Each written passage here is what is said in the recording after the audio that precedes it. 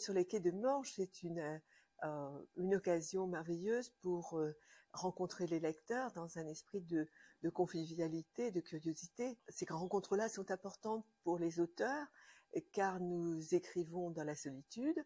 C'est une solitude choisie, donc ce n'est pas exactement une solitude, puisque notre imaginaire est en recherche de partage avec des interlocuteurs imaginaires la plupart du temps, ou que nous n'identifions pas sur le moment de l'écriture. C'est-à-dire, je crois qu'on n'écrit pas pour soi. On a toujours un destinataire, souvent inconscient.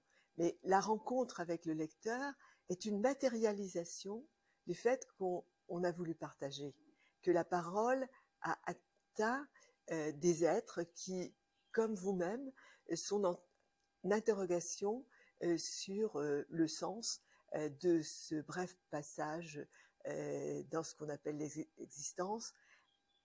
Interrogation pour savoir si elle a oui ou non un sens, mais on donne un sens qu'on croit être le sens. Les lecteurs, quelquefois, vont vous révéler, même souvent, le sens que vous avez mis dans les livres, dans ces dialogues qui s'instaurent soit autour des tables où ils viennent demander de signer les livres, soit aussi dans les rencontres et les questions qu'ils peuvent poser.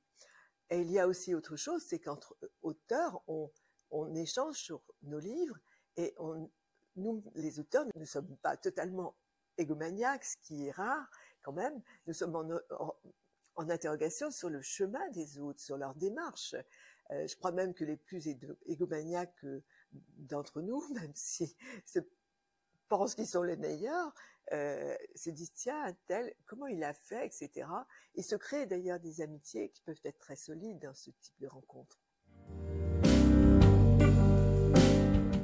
Je ne l'ai pas écrit sur cette île pour la bonne raison qu'il est absolument impossible d'y aller. Elle est un territoire militaire américain. Même les citoyens américains ne peuvent pas s'y rendre. C'est secret défense. C'est devenu une base de missiles. Et il est interdit aussi d'y faire des fouilles archéologiques dorénavant parce que les communautés indiennes de la côte l'ont fait interdire. Donc c'est une sorte de sanctuaire. Alors cela dit, elle est très difficile d'approche. Il faudrait s'y rendre avec un avion de l'armée américaine. Vous pensez bien qu'une petite Française n'avait aucune chance, n'est même pas cherchée. L'origine de mes livres, c'est toujours une histoire d'amour entre une histoire et moi-même. C'est le désir de plonger dans cette histoire, de l'investiguer si c'est une histoire vraie, mais surtout le désir d'élucider le secret. Derrière une histoire, il y a toujours un secret, un mystère, des zones d'ombre, même quand une histoire est totalement imaginaire. J'en suis absolument certaine. Ça pourrait être... il faudrait partir d'une petite scène, il faudrait étudier son passé, et à partir de là, tout un monde surgit. Et puis, il y a toutes sortes d'acteurs dans cet hôtel. Il n'y a pas simplement que les clients qui sont les plus divers. Il suffisait de les observer au petit déjeuner. Moi, je suis allée prendre un petit déjeuner pour mon bien-être, parce que cet endroit est absolument merveilleux, mais aussi on regarde les gens. Mais aussi du côté de toutes les interactions qu'il peut y avoir avec le personnel, etc. C'est extraordinairement romanesque, un hôtel. Et en plus, ce qui est intéressant, c'est que c'est une unité de lieux, vous voyez, et de personnes les plus diverses. Vous avez prononcé le mot de énergie. En fait, c'est le mot juste. C'est peut-être plus juste qu'inspiration. L'énergie narrative, la force narrative, c'est un sport de haut niveau, la narration, et vraiment athlétique. D'ailleurs, moi, j'essaie d'avoir une hygiène de vie avec un entretien de gymnastique, de marche, presque diététique, le matin, je fais un véritable repas.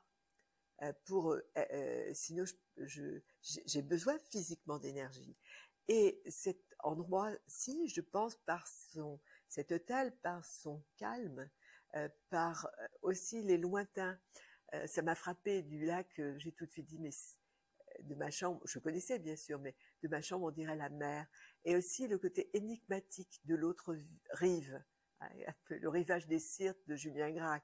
On peut imaginer toutes sortes de choses. On est accueillis dans cet hôtel avec raffinement, discrétion et attention. Et l'écriture est une chose tellement athlétique par moments, tellement dure, que c'est un véritable soulagement, je dirais, quand on arrive de ce monde si... c'est violent, l'écriture, hein, c'est un combat contre soi-même, c'est pas les choses qui vous tombent du ciel, votre plume court. Il arrive qu'elle court. D'ailleurs, il faut s'en méfier, parce que quand elle court, elle se contrôle pas. Donc, écrire un roman, c'est à la fois ne rien contrôler dans les forces narratives dont nous venons de parler, dans les énergies, ce mot que vous avez prononcé qui est tellement juste, et en même temps, tout contrôler dans le détail. On est dans la position du danseur d'opéra. C'est-à-dire, il faut canaliser ces forces qu'on va chercher au fond de soi ou qui montent malgré soi, et c'est très bien qu'elles montent sans contrôle, et il faut toujours prendre du recul comme le danseur devant la glace pour avoir le geste parfait dans le moindre détail. Et ça, évidemment, au bout de 18 mois, c'est un peu rétamé. Donc, je peux vous dire que j'ai très bien dormi, que j'étais dans une paix sublime, et que j'ai presque du mal à me réveiller. Mais c'était ce côté un peu zombie dans le bon sens du terme, était absolument délectable sur la terrasse du jardin avec la tasse de thé, matin ensoleillé. Alors là, c'est, on peut dire, une certaine idée du bonheur et du repos après l'épreuve. Eh bien, vider la tête, prendre soin de moi, regarder la vie, regarder les êtres, doucement. Et vous savez, je peux vous dire quelque chose intime. Je viens d'avoir une conversation avec mon mari et je lui ai dit, tu sais, si on prenait 15 jours de balade en Suisse, là, dans ces coins-là, au calme, voilà, un peu de calme, un peu de volupté, et aussi bien regarder la vie sous tous ses aspects, évidemment, parce que elle est multiple, elle est multiple. Et si on ne voit pas ses pires aspects, on voit pas non plus les meilleurs. L'humanité est ainsi faite, et ce qui m'intéresse, c'est la tribu des humains, et de retrouver ma place aussi dans la tribu des humains.